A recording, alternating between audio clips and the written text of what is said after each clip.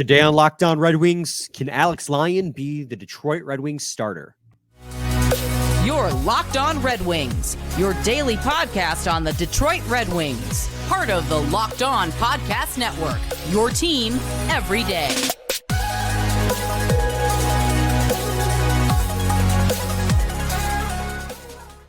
Welcome back to the Locked On Red Wings podcast. We are your hosts, Brian Fisher and Scotty Bentley. I'm a podcast producer for the daily JAWWJ News Radio podcast, while Scotty's host over at Locked On Tigers, as well as a freelance journalist for the Detroit News. Today's episode is brought to you by Jase Medical. Empower yourself when you purchase a Jase Case, providing you with a personal supply of 5 antibiotics that treat over 50 infections. Get yours today at jasemedical.com and use code LOCKEDON to get $20 off your order. That's JASEmedical.com. Scotty, on today's episode, let's tell the people, I suppose. I don't know why I tell you. We talk about it beforehand. I always go Scotty as if I'm going to tell you, but really I'm telling the people who are listening. Brian plans and I just show up and don't know what we're talking about until we start. I mean, I'm sure there are plenty of shows in the Metro Detroit area where that happens, but not on our show. Scotty, today we're going to talk obviously about the Edmonton Oilers preview, but you know, with the extra time off we've been given with the 3 days off between games, we've taken a little bit of time to kind of focus in on a few other different things. We talked about Andrew Kopp on Monday. Yesterday, with Andrew Rinaldi, we talked about the Grand Rapids Griffins and how they're doing. And today I want to focus a little bit more on Alex Lyon because he's been incredibly good and consistently good for the most part, which is something we have not been able to say about almost any of our goaltenders this season. So I wanted to take some time today and ask the question. He's hot right now, but can he be this team's starter for at least the remainder of this season? But before we get to that, we got some news and notes. That's what you call tease, Scotty, in the business. News and notes. Klim Kostin did skate at practice today, yesterday by the time you guys are listening to this. So a step forward for a powerful force for the Red Wings on the back end. And I mean that from like the physicality standpoint. Obviously, we've talked, he's got some soft hands on him too, but we need that kind of, I would almost argue, enforcer presence on the bottom six, especially with the gauntlet of really good teams that this team is going to go through this month, especially with both Toronto and Ottawa on the January schedule. Yeah, completely agree. He's already become somewhat of a fan favorite just in general, but on the ice, man, yeah, it's someone that you have felt like that the lack of his presence, like it's not unnoticeable. It is it's very, very, very abundant and very clear when he's not in the lineup, man. And we've had a couple of scuffles over the last couple of weeks where it would have been really nice to have him in there. So obviously hoping that that this is a sign that he's coming back sooner than later, but he will be a very welcome addition. Also, Absolutely. Just even aside from the like enforcer tough guy thing, just in general, you've gotten pretty thin on the forward core, at least thinner than you anticipated for this time of the year. So just getting anybody back, even if it is, bottom six player is, big thing. Yeah, and Jake Wollman apparently is also feeling under the weather. He did not skate at practice. Apparently he's a 50-50 shot for the game against the Edmonton Oilers tonight. So Oli Mata skated on a pair with Moritz Seider. And, listen, Oli Mata is good in the role he is given, which is third pair defenseman, sheltered minutes. He's been an effective defenseman. So this is no shot at Oli Mata, but I would be very afraid of what he would look like playing on a top pair with Moritz Seider. So let's keep him in a role where he's playing well, if we can help it. Yeah, it's just, that becomes a really fascinating conversation. What do you, if Wollman misses time, hopefully it's just, a game, maybe two at most, if it's just a sickness, but like who does fill that? I don't think they're going to break up the Sherratt Petrie duo when they're healthy. I would hope not. Right. And which is crazy to say. You're gonna put Ghost up there. I guess. I think. Sorry. I just feel like Ghost has kind of proven that he is very good at a very niche position, which is, again, like Mata, very sheltered minutes. You put him in offensive zone situation. Right. You put him on the power play. So who else are you putting in top pair then?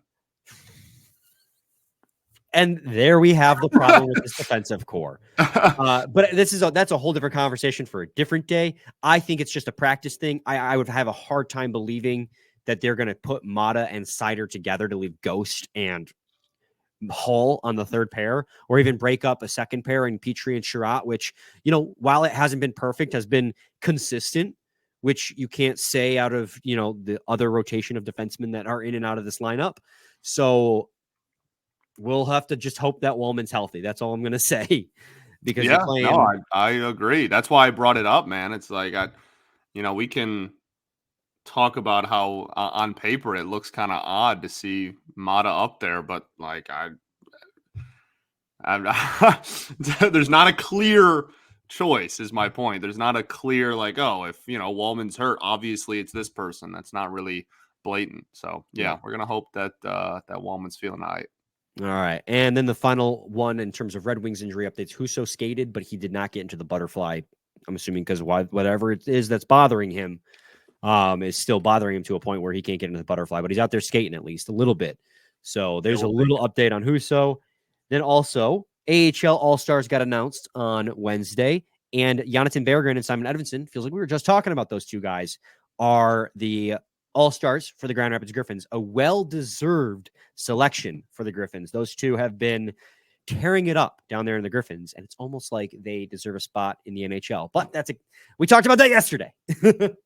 No, yeah. I mean, it's cool for them to get that honor and opportunity. That'll be a cool thing. What was that tweet about? That was what that tweet was about. They're announcing All-Stars. I didn't know, but then when the All-Stars got announced like 20 minutes later, I was like, the AHL Twitter account tweeted, "Okay, it's happening," in all lowercase. And I was like, what is going on? What is happening? Yeah, the replies were just as confused as we were. And then 20 minutes later, they're like, "Hey, here's All-Stars." We're like, that's a lot less exciting than you guys are making it out to sound. So, yeah, there's some news and notes updates for you guys. But Scotty, got a couple minutes left here in the segment. Without further ado, why don't we get into the Alex Lyon conversation, get into the meat of the episode. News and notes are out of the way. Alex Lyon's been absolutely stellar for the Detroit Red Wings this season, Scotty. In 12 games played, he's got almost 920 save percentage in 12 games played. And 12 games is not a lot, but it's also not like 5. That's enough of a sample size. 12 isn't 5. 12 is not 5. Fun fact here. We learned math here on Lockdown Red Wings. It's not a ton to say like this is who he is. This could still be in the realm of he's just playing super hot right now. But it's also not so little to say like he's just playing one really hot game. So the question becomes, with Ville Husso having played 18 games and James Reimer having played 12 games and him being Lyon by far being the best goalie of the three, when Husso gets healthy, do you immediately just run it back to Ville Husso, who is the presumed 1A on this team? And I say that in air quotes for people who can't watch. Or do you just keep riding the hot hand and see if Alex Lyon can, carry the burden of being, and I won't say a starter, I'd say a 1A goaltender for the Detroit Red Wings? Yeah, man. I don't know. I kind of walk a fine line like with this one. I mean, if Husso came back tomorrow, then Lyon should be your presumed 1A guy. I don't think that that's too hot of a take. But I also don't have so much faith in that situation where I'm just like, oh, the rest of the year, just run it as is, just run it like that. Mm-hmm. I think this is pretty clearly a fluid situation and will continue to be one. Yeah, it really is. I do think that with how he's playing, and assuming that, then this is based on an assumption, right? Assuming he continues to play this caliber all the way through until when Husso comes back, I mean, he will absolutely at that point deserve to get the look at 1A, to continue to carry the torch for this goaltending tandem. Excuse me once. Nice. That was a good catch. You got the mute right in time. But no, I think your point of, I mean, obviously we have not seen a legitimate stretch, I guess, outside of the first month or month and a half of last year, where Husso was okay, this is very clearly the guy, again, like you mentioned, pushing 920 save percentage. That's obviously that's fantastic. And if Lyon maintains that, then like this isn't even a conversation. Obviously, he should just continue to be the starting goalie. But if we're assuming that he's going to come down to earth at least a little bit to some extent, no matter how dramatic you want to argue, I think then it just becomes pretty fluid. I don't know. I don't think the Wings are really in the business of, how do I word this? I don't think the Wings care as much about like the quote unquote title of 1A that the fan base does.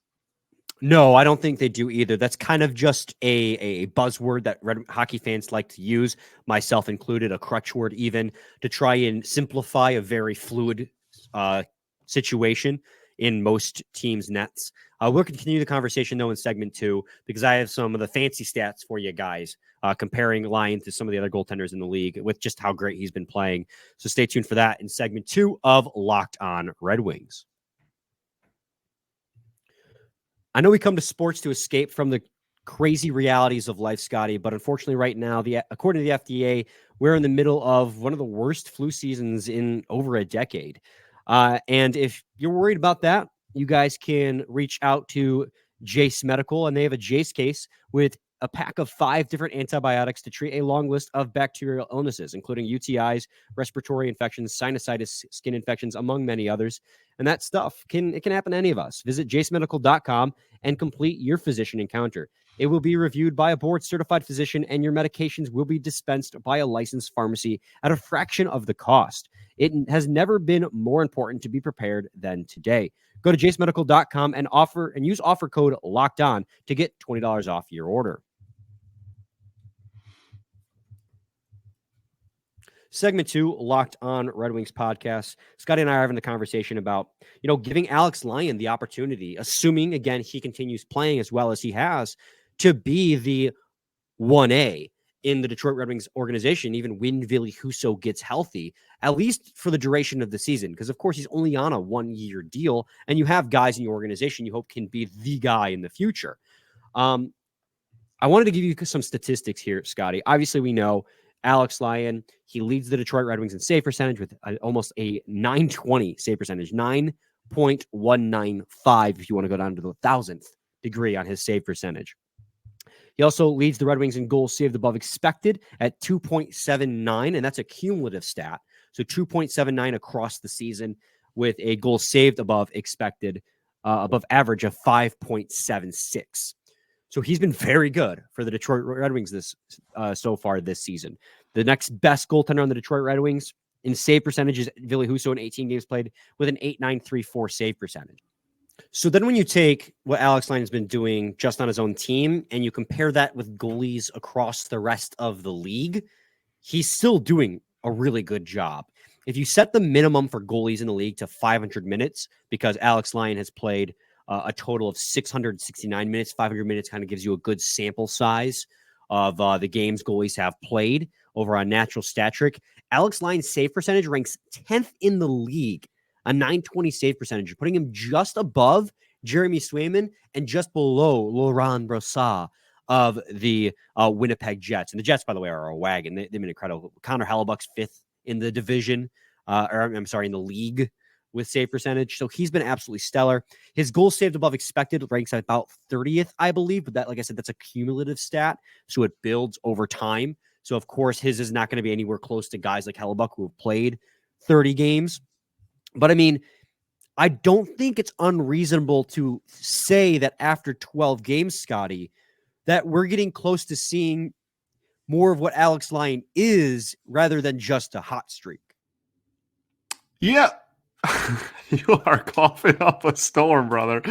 Yeah, I agree. And look, again, like this is a situation that I genuinely think is going to be fluid. And like that is not an insult to what Lyon has done. It's just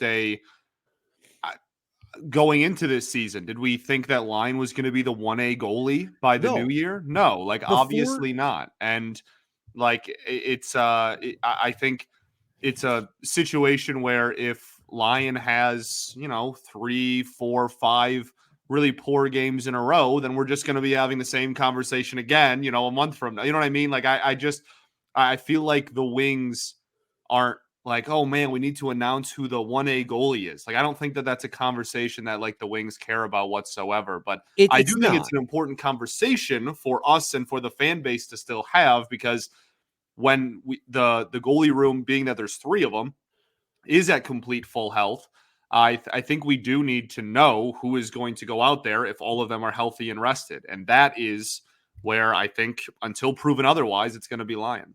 Yeah, and that's exactly where I lie. Like you said, and I think we said this in segment 1, right? Like the team doesn't care about 1A and 1B. That's something the media and fans have made up to try and simplify a fluid situation. But we are also media/fans ourselves. So we're looking to simplify the situation, right? So like I said, with how good Alex Lyon has been playing for the Detroit Red Wings, and assuming it continues until Ville Husso is healthy, I don't think there even is an argument that you could bring Ville Husso back and then immediately hand the reins back over to him as the 1A, as we would put it. I think that Alex Lyon has, to this point, earned the right to continue to play until he's not hot anymore. And you know what? That is proving me wrong, because you said that going into the season, we wouldn't have even have said this.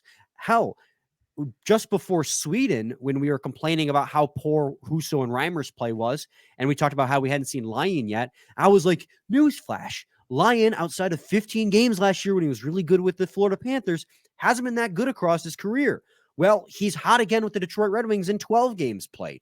So, I mean, it's very possible, that this is still just another hot streak that he goes on, and he's a hot and cold goalie. But we're starting to get close to that territory, not trying to say, I'm definitely not trying to assert he's a .920 save percentage goalie. Like, I do think he will come back down to earth some. But we're starting to get close to that territory where maybe he actually is better than what people thought he was, and now he's getting the chance to prove it. And if that's the case, the Red Wings would be stupid to not ride him. So I guess the conclusion to my argument here is, while you don't want to ride him to the ground, but you want to, ride this gravy train until he's not hot anymore. And I don't mean start him every single game. You're not going to give him, like I said, the Connor Hellebucks, the Andre Vasilevskis, your oh my God, I'm drawing a blank. The Islanders goalie, UC Saros. No, that's the Predators. That's the Predators. Oh my God, UC Saros is very good too. He is, but what's the Russian goaltender that played Ilya Sorokin? Thank you. I don't know. I thanked you. You didn't say anything. Such a trip. I had no clue what you were even. Anyway, the point being, those types of goalies who can play 50, 60 plus games don't really exist 60 to 70 plus games don't really exist anymore. You're getting 1A to 1B situations where goalies play 50 games and the other goalie gets 40, or you get a 40-40 split. That's reality now in the NHL.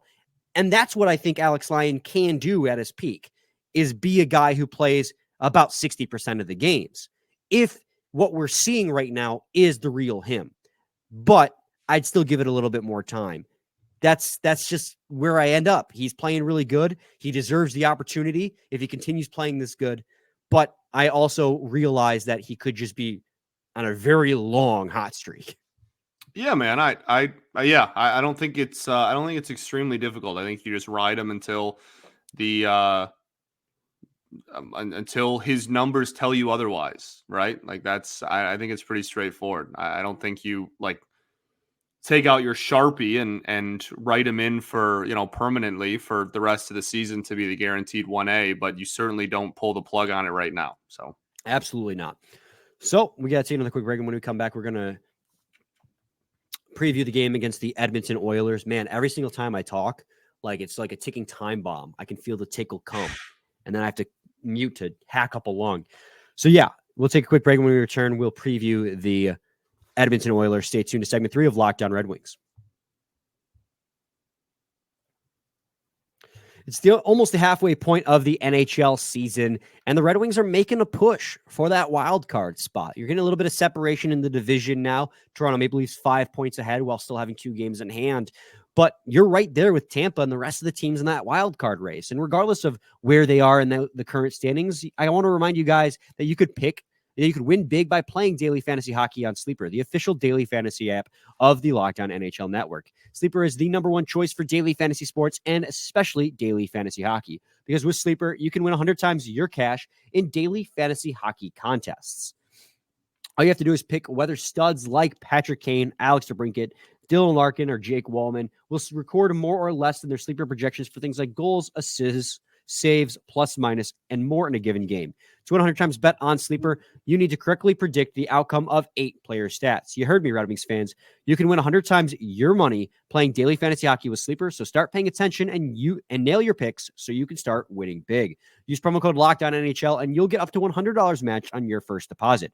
Terms and conditions apply. That's code LOCKEDONNHL. See Sleeper's terms of use for details and locational availability.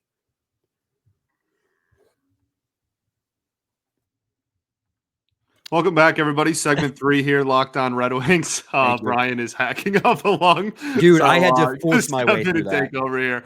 I mean, if that's everything you want to say about the Lyon thing, we can just jump into previewing. Yeah, I mean, like I said, the final thought on the Lyon thing was, just keep riding him until he's not hot anymore. And if he stays hot, then you keep putting him in net. It's pretty simple, guys. Right. Yeah, for sure. And when it comes to the Oilers, you want to talk about riding a hot hand. There probably isn't a hotter team in the NHL than the Edmonton Oilers over the last, 25 games, whenever they fired them. I think it's exactly 25 games. Yeah. They've been on a slight heater, is putting it very, very mildly and is somewhat sarcastic. They're on a W8. They're 8-2 in their last 10. They're 16-4, 16-3-1 or something in their last 20. They have been absolutely setting the world on fire. And a lot of that, we were talking off air before, a lot of that is just due to them getting even remotely decent goaltending. And that has helped them a lot. And obviously finding their stride on that, perennial top line and really top 6, it's kind of slowly shaped into over this hot streak. They're scoring a lot of goals. They are winning a lot of games, and they are finally putting that horrible, horrible start to the season behind them. A lot of that is thanks to some pretty solid goaltending as well. Yeah, I mean, it's something that they weren't getting for a while. Stuart Skinner, Calvin Pickard, Jack Campbell were all brutal to start the season for the Edmonton Oilers. The whole team was playing just god-awful. Even Connor McDavid was off to a slow start. Yeah. But since firing Jay Woodcroft, the entire team's turned it around. Stuart Skinner, who's played 28 of the games for the Edmonton Oilers, has brought his save percentage up to .901, right with league average. And he's been the guy that they've been leaning on because Pickard and Jack Campbell only have 6 starts and 5 starts between them. So it's been Stuart Skinner's net. And he's been playing better. But yeah, that's not the story, right? Like the whole story is obviously they brought in Noblo or No Block or whatever the hell it's pronounced to replace Jay Woodcroft. In the last 25 games, they've been one of the best teams, if not the best team in the NHL. They rank in the top 10 in every statistical category that we care about here on the podcast. They're 5th in Corsi for percentage. So, shot attempts per game at 5-on-5. In Fenwick, they're, I believe, 4th in the league, and that's unblocked shot attempts at 5-on-5. And then expected goals for percentage at 5-on-5. They're 1st in the last 25 games. I mean, at 5-on-5, and this is no surprise to anyone because if you know the Edmonton Oilers, you know that they are a dominant puck possession goal scoring team with guys like Connor McDavid, who's already got 50 points after that slow start. And, up and down that lineup. Up and down that lineup. They have hockey players. They're definitely a top-heavy team. For sure. I'm literally crying right now. This is so bad. Dude, that's the last thing that always kicks my ass when I get sick is I get a lingering cough for weeks, and it is brutal. For weeks, eh? So, anyway. Yeah, Oilers really good at scoring goals. Who would have guessed? Really good they've won 9 straight, and they've won 16 of their last 20. And they're the hottest team in the NHL right now, and they're going to come to the Detroit Red Wings, who have won 3 straight to their credit, but all have been grind them out games. And now you got to hope that a team with one of the most potent offenses and the most potent forwards in the league And you got to hope that your defense and goaltending, which has been suspect all season long, thankfully Lyon is hot right now. You got to hope that these guys can do it again. And like the one thing we've been hanging our hat on is our special teams is pretty good. Well, they beat you in special teams in both regards as well. Across the season, they're 7th in power play. And I think they might be slightly worse than you in penalty kill, but not much worse because the Red Wings are now They're 13th on 12th in power penalty play, kill, 12th in penalty. Still, like, the Wings are 11. So there you go. So they're comfortably better than you in every statistical category. And that is not a recipe for a good time. But we said the same thing pretty much about LA, save their power play. And you beat LA in a shootout. So nothing's impossible, but it'll be a tough one. Yeah, man, this is, I don't know. This is just it's a tall task, certainly. This is a dynamic team that is firing on all cylinders right now. And this is, you want to test your defense and goaltending, et cetera, et cetera. You want to test your system. You want to test the team defense that has been so hot or cold lately. This is certainly a team that is going to put all of that to said test. So.